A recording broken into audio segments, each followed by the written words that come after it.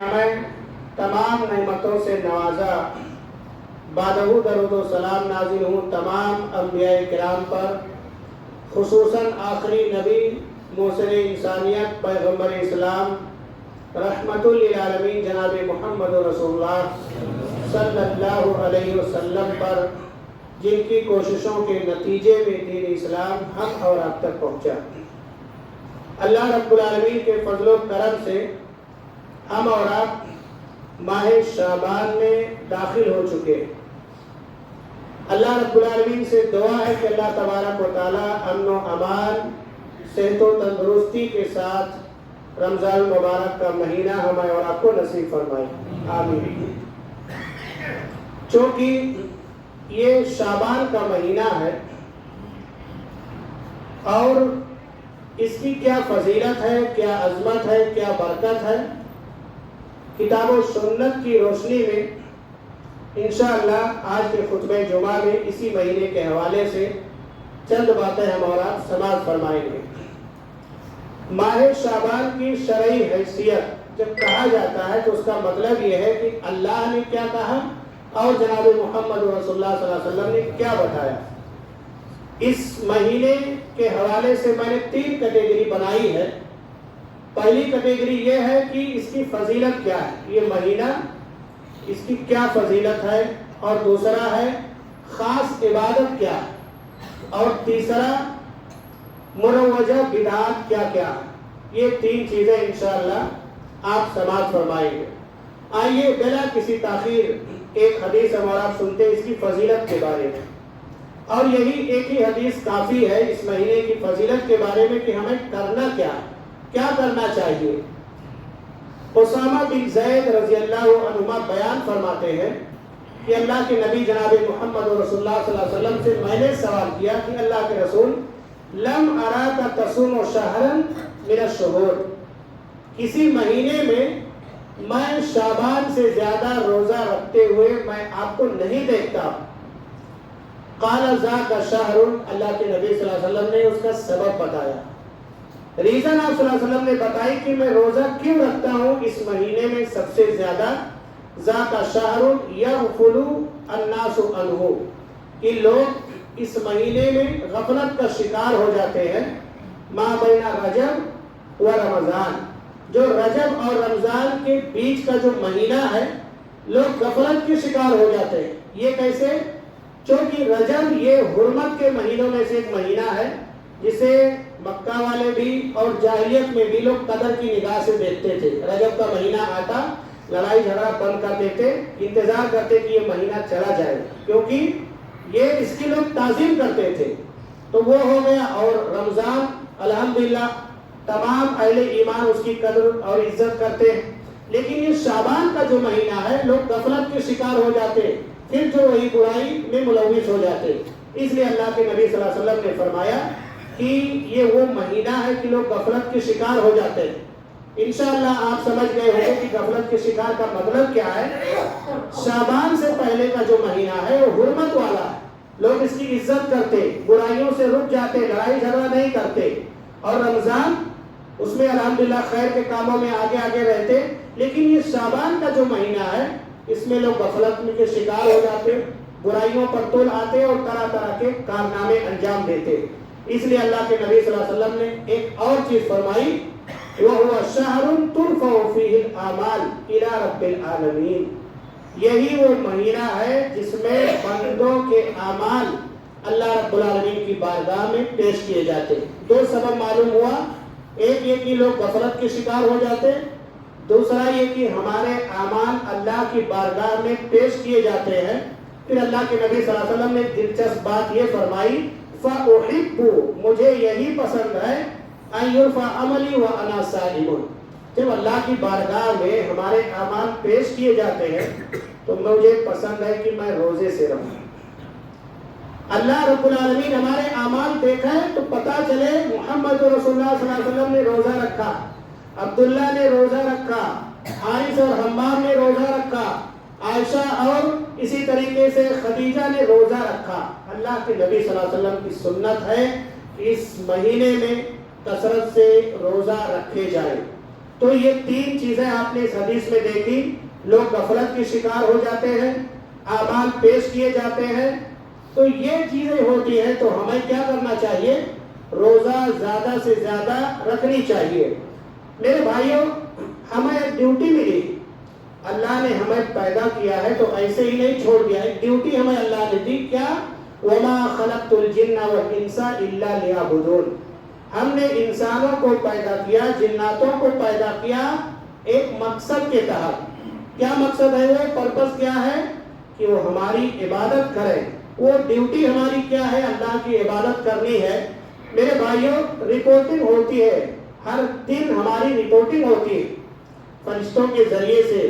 اللہ نے ہمیں پیدا کیا, ہمارے اعمال کی رپورٹنگ ہوتی ہے, اور 4 طرح کی رپورٹنگ ہوتی ہے. آپ غور سے اس کو سنیے. بڑی محنت کر کے ساری چیزوں کو اکٹھا کیا جاتا ہے. ہماری رپورٹنگ ہوتی صبح سے لے کے شام تک, شام سے لے کے صبح تک ہم کیا کام کرتے ہیں, فرشتے یہ پورا ریکارڈ کرتے ہیں.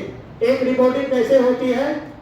روزانہ فجر اور ظہر, فجر اور عصر کے مابین, پھر عصر سے فجر کے مابین, فجر اور عصر کے درمیان جو کچھ کرتے ہیں فرشتے اس کو لکھ کر کے اللہ کی بارگاہ میں عصر سے پہلے پہنچا دیتے. پھر عصر سے لے کر کے فجر تک جو بھی ہم کارنامے انجام دیتے ہیں, اللہ تبارک و تعالیٰ کے یہاں فرشتے رپورٹنگ کر کے اس کو پہنچا دیتے. یہ پر ڈے کی رپورٹنگ ہوئی. دوسرا کیا ہے؟ ہر سوموار اور جمعرات میں ہماری رپورٹنگ ہوتی, اللہ کی بارگاہ میں پیش کیے جاتے. تو یہ روزانہ کا ہوا, ہفتہ واری ہوا. اسی طریقے سے سالانہ رپورٹنگ ہوتی ہے. جیسے شعبان کا مہینہ, اللہ کے نبی صلی اللہ علیہ وسلم نے فرمایا کہ اللہ کی بارگاہ میں ہمارے اعمال پیش کیے جاتے ہیں, تو میں چاہتا ہوں کہ میں روزے سے رہوں. تو یہ سالانہ رپورٹنگ ہو گئی. ایک چوتھی رپورٹنگ کیا ہے؟ موت کے بعد, جب سے انسان پیدا ہوا ہے اور جب وہ آخری سانس لے کے اللہ کو پیارا ہوا, وہ پوری ہماری عمر کی رپورٹنگ ہوتی. تو یہ 4 طرح کی رپورٹنگ ہوتی ہے, معمولی نہ سمجھیں. 4 طرح کی رپورٹنگ ہماری ہوتی ہے. کتنی سخت مرحلہ ہے میرے بھائیوں, غور کیجئے, کتنا سخت مرحلہ ہے. ہمیں چاہیے کہ موت کے بعد جو ہماری فائل بنتی ہے وہ اچھی والی بننی چاہیے. سالانہ رپورٹنگ کی ایڈیٹنگ اچھے عمل سے ہونی چاہیے. وَأَنَا صَائِمٌ, کہ میں روزے سے رہوں. اب سوال یہ ہے آپ سے میرے بھائیوں کہ جب اللہ کی بارگاہ میں ہمارے اعمال پیش کیے جاتے ہیں تو اللہ کے نبی صلی اللہ علیہ وسلم نے روزے کو کیوں خاص کیا, روزے کو کیوں چنا؟ اس کے علاوہ زکات تو بھی ہے, حج بھی تو ہے, قرآن کی تلاوت تو بھی ہے, اور دعا اور مناجات بھی تو, رونا بھی تو ہے, والدین کی خدمت بھی تو ہے, پڑوسیوں کے ساتھ اچھا میل اور تہوار بھی تو ہے. لیکن اللہ کے نبی جناب محمد رسول اللہ صلی اللہ علیہ وسلم نے ایسا کیوں کہا کہ ہمارے اعمال اللہ کی بارگاہ میں جو سالانہ پیش کیے جاتے ہیں تو مجھے پسند ہے کہ میں روزے سے رہوں؟ کیوں اللہ کے نبی صلی اللہ علیہ وسلم نے ایسا کہا؟ روزے کو کیوں خاص کیا؟ میرے بھائیوں, روزہ یہ صرف ایک عبادت نہیں ہے, بہت بڑا پیکیج ہے. اگر آپ سمجھو تو روزہ صرف عبادت نہیں ہے, یہ بہت بڑا پیکیج ہے, اور اپنے ساتھ میں تمام عبادتوں کا سلسلہ شروع کر دیتا ہے. ایک بندہ اگر روزہ رکھتا ہے تو دیکھیے عبادت میں کتنا مشغول ہوتا ہے. اپنی زبان کی حفاظت کرتا ہے, نگاہوں کی حفاظت کرتا ہے, لڑائی جھگڑے سے دور رہتا ہے. آپ اندازہ کر لیجئے, ایک انسان جب روزہ رکھتا ہے تو اس کے اندر انسانیت پیدا ہو جاتی ہے. قرآن مجید کی تلاوت کی جانی پڑتا ہے, دعا اور مناجات کا سہارا لیتا ہے جب روزہ رکھتا ہے تب. اسی لیے اللہ کے نبی صلی اللہ علیہ وسلم نے روزے کا انتخاب کیا کہ روزہ رکھنے سے پوری نیکیوں کا سلسلہ کھڑا ہو جاتا ہے. تو اسی لیے اللہ کے نبی صلی اللہ علیہ وسلم نے اس کو اختیار کیا. اور ہمیں معلوم, خود دیکھیے رمضان مبارک کا مہینہ جیسے آتا ہے, اللہ کے نبی جناب محمد رسول اللہ صلی اللہ علیہ وسلم نیکیوں کا پیراگراف کیسے بڑھا دیتے تھے, پورا قرآن مجید ختم کرتے, جبریل امین بھی آپ کا سپورٹ کرتے, پلس آپ صلی اللہ علیہ وسلم صدقہ و خیرات اتنا زیادہ کرتے جیسے تیز ہوائیں چلتی ہوں, جو بھی آتا دروازے پر خالی ہاتھ نہیں جاتا. پلس آخری عشرے میں آپ صلی اللہ علیہ وسلم پوری راتیں جاگا کرتے تھے. اس لیے میرے بھائیوں شعبان میں اس کا دھیان رہے کہ روزہ صرف سحری اور افطاری کا نام نہیں. کہیں ایسا نہ ہو کہ زیادہ روزہ تو ہم رکھتے ہیں, افطاری سحری کر لیے اور افطاری کر لیے بس کام ختم ہو گیا, اس کا نام تھوڑے. اللہ کے نبی جناب محمد رسول اللہ صلی اللہ علیہ وسلم نے روزے کا انتخاب صرف اسی لیے کیا ہے تاکہ انسانیت پیدا ہو جائے. روزہ اپنے ساتھ میں تمام عبادتوں کو لے کر کے آتا ہے, اسی لیے اللہ کے نبی صلی اللہ علیہ وسلم نے روزے کا انتخاب کیا. تو روزہ صرف سحری افطاری کا نام نہیں ہے, روزہ پیٹ کا بھی ہوتا ہے, روزہ زبان کا بھی ہوتا ہے, روزہ تمام اعضاء اور جوارح کا بھی ہوتا ہے, روزہ بہترین سوچ کا بھی ہوتا ہے. تو یہ روزے کی حقیقت ہے, اسی لیے اللہ کے نبی صلی اللہ علیہ وسلم نے روزے کا انتخاب کیا. میرے بھائیوں اللہ کے نبی جناب محمد رسول اللہ صلی اللہ علیہ وسلم نے فرمایا ان یرفع عملی وانا صائم, میرے اعمال اللہ کی بارگاہ میں پیش کیے جائیں تو مجھے پسند یہ ہے کہ میں روزے سے رہوں. اور یہ اعمال صحابہ کرام رضی اللہ عنہم نے انجام دیا. ہر صحابہ میں سے ان کی یہی کوشش ہوتی تھی کہ میں اللہ کو پیارا ہوں, رہوں. اگر ہوں اللہ کو پیارا اور جانے لگوں تو میرا خاتمہ روزے کی حالت میں. عثمان غنی رضی اللہ تعالیٰ عنہ, اللہ کے نبی صلی اللہ علیہ وسلم نے پیشین گوئی کر دی تھی کہ عثمان شہید کر دیے جائیں گے, اور کئی دنوں تک گھیراؤ بھی رہا. آپ برابر روزے رکھتے رہے, برابر روزہ رکھتے رہے, روزہ رکھ کے نماز کی حالت میں نماز بھی آپ پڑھ رہے تھے, قرآن کی تلاوت بھی کر رہے تھے جب انہیں شہید کیا گیا. اس لیے میرے بھائی بہت اہم چیز ہے ہمارے اعمال پیش ہوں روزے کی حالت میں. ہر انسان کو, اور وہ لائق مبارکباد ہے وہ لوگ جو کم از کم سوموار اور جمعرات کا روزہ رکھتے ہیں, کم از کم ایک دن روزہ رکھتے ہیں اور ایک دن افطار کرتے ہیں. یا اسی طریقے سے خیر و برکت کا مرحلہ جب آتا ہے تو روزہ رکھتے ہیں. انما الاعمال بالخواتیم, خاتمے کا اعتبار ہوتا ہے. انسان آخری مرحلے میں کیا کر گیا, پوری زندگی انسان بدمعاشی کرتے رہا اور طرح طرح کے جرائم کرتے رہا. اللہ نے اسے آخر میں توفیق دے دی, توبہ کر کے اسلام میں داخل ہو گیا, کامیاب ہو گیا. کتنے صحابہ کرام کی ایسی مثال ہے ہمارے سامنے کہ چند ہی لمحے میں اسلام میں داخل ہوئے, کارزار میدان میں نکلے, اللہ کو پیارے ہو گئے. کچھ کیا نہیں انہوں نے, لیکن اعمال کا دار و مدار نیت پر ہے اور خاتمے پر ہے. ایک بچہ پورے سال پڑھائی کرتا ہے لیکن مستی بہت زیادہ کرتا ہے, آخر میں ٹیچر سے مل کر کے, اپنے پیرنٹ سے مل کر کے اچھی پڑھائی کر کے, اچھے سے کر کے اچھا رینک لے آتا ہے. بورڈ پر اس کا نام ہوتا ہے فرسٹ, سیکنڈ یا تھرڈ. اعتبار پچھلے کیا کیا اس کو کوئی نہیں دیکھتا, لاسٹ میں اس کا پرفارمنس کیسا رہا اسلام بھی اسی پر فوکس کرتا ہے. ایک بندہ ایسا جو پوری زندگی محنت, پوری زندگی عبادت, پوری زندگی ریاضت, پوری زندگی دعا اور مناجات, لیکن آخر میں ایسا ہوتا ہے کہ وہ بگڑ جاتا ہے اور بگڑتے بگڑتے نعوذ باللہ مرتد ہو جاتا ہے, خاتمہ بھی اسی پر ہو جاتا ہے. تو اس کا اعتبار اسی پر ہوگا. اللہ رب العالمین سے دعا ہے کہ اللہ رب العالمین ایسی بری موت سے ہمیں بھی اور آپ کو محفوظ رکھے, آمین. تو خاتمہ جس چیز پہ ہو رہا ہے اس کو ہمیں دیکھنا. تو اللہ کے نبی جناب محمد رسول اللہ صلی اللہ علیہ وسلم کا بہت زیادہ فوکس ہوتا تھا روزے پر. صحابہ کرام رضی اللہ تعالی عنہم کا بھی بہت زیادہ فوکس ہوا کرتا تھا اسی روزے پر. تو میرے بھائیوں یہ مقصد ہے روزے کا, اور اللہ کے نبی صلی اللہ علیہ وسلم اسی مقصد کے تحت روزہ رکھا کرتے تھے. اب اگر ہمیں اس مہینے میں روزہ رکھنا بھی ہے تو تمام دنوں کا روزہ نہیں رکھ سکتے. اکثر اللہ کے نبی صلی اللہ علیہ وسلم نے اکثر کا رکھا ہے. یہ نہیں کہ انسان پورے مہینے کا روزہ رکھے, ایسا نہیں.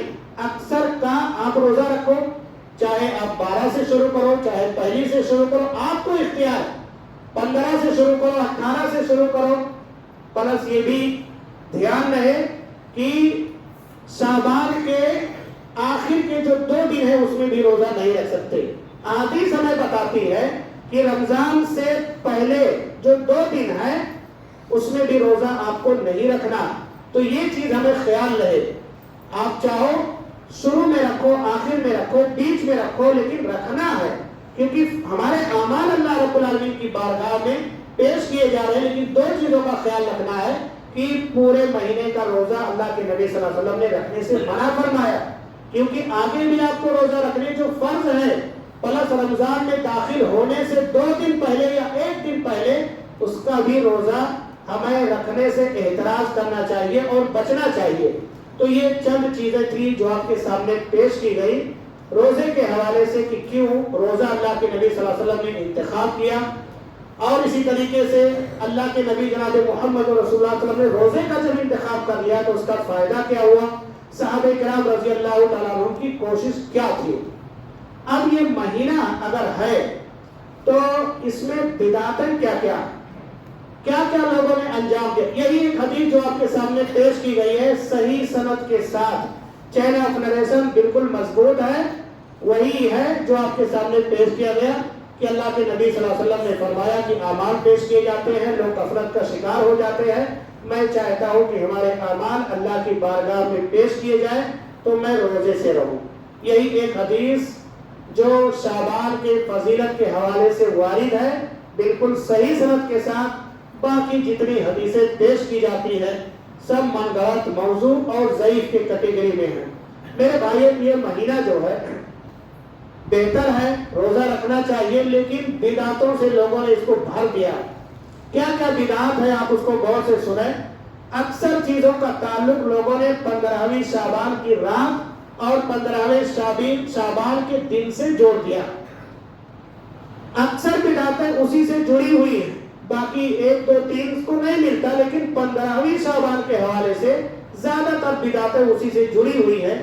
پہلی بدعت 15ویں شعبان کی روزے کی فضیلت کے بارے میں صرف 15ویں کی بات ہے، ورنہ اختیار ہے انسان کو جیسا کہ آپ نے سنا، لیکن اسپیشل 15ویں شعبان کے روزے کے حوالے سے جو سنن ابن ماجہ کی روایت ہے لیکن موضوع ہے، کہی ہوئی ہے، وہ کیا ہے؟ قوموا لیلہا وصوموا نہارہا، رات میں قیام کرو جیسا کہ آنے والے 15ویں شعبان کی رات میں لوگ قیام کرتے ہیں، اور دن میں روزہ رکھو۔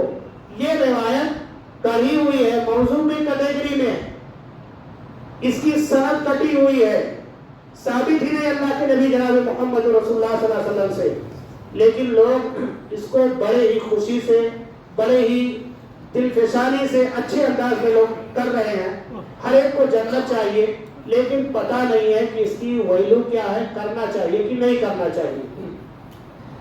اسی طریقے سے دوسری روایت جو ہے، دوسری چیز ہے جو مروجہ بدعت میں سے نام دیتے ہیں شب برات۔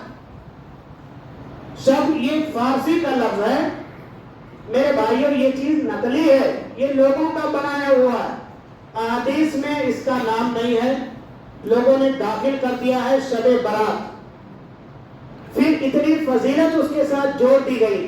اگر انسان فضیلت نہیں بیان کرے گا تو کون جڑے گا اس کے ساتھ میں؟ اس لیے شب برات یہ قرآن اور حدیث میں نام نہیں آئے ہیں، لوگوں نے اپنی جانب سے اس کو جوڑا ہے اور بنا دیا ہے۔ اس کی فضیلت دیکھیے، قرآن مجید اور حدیث سے اس کی فضیلت اور احادیث سے ثابت کرتے ہیں، کیا انا انزلناہ فی لیلۃ مبارکہ، کہ ہم نے 15ویں شعبان کی رات میں اس قرآن کو نازل کیا۔ اس لیے کہتے قرآن نازل ہوا تو رات میں قیام کرو اور اس کے دن میں روزہ رکھو۔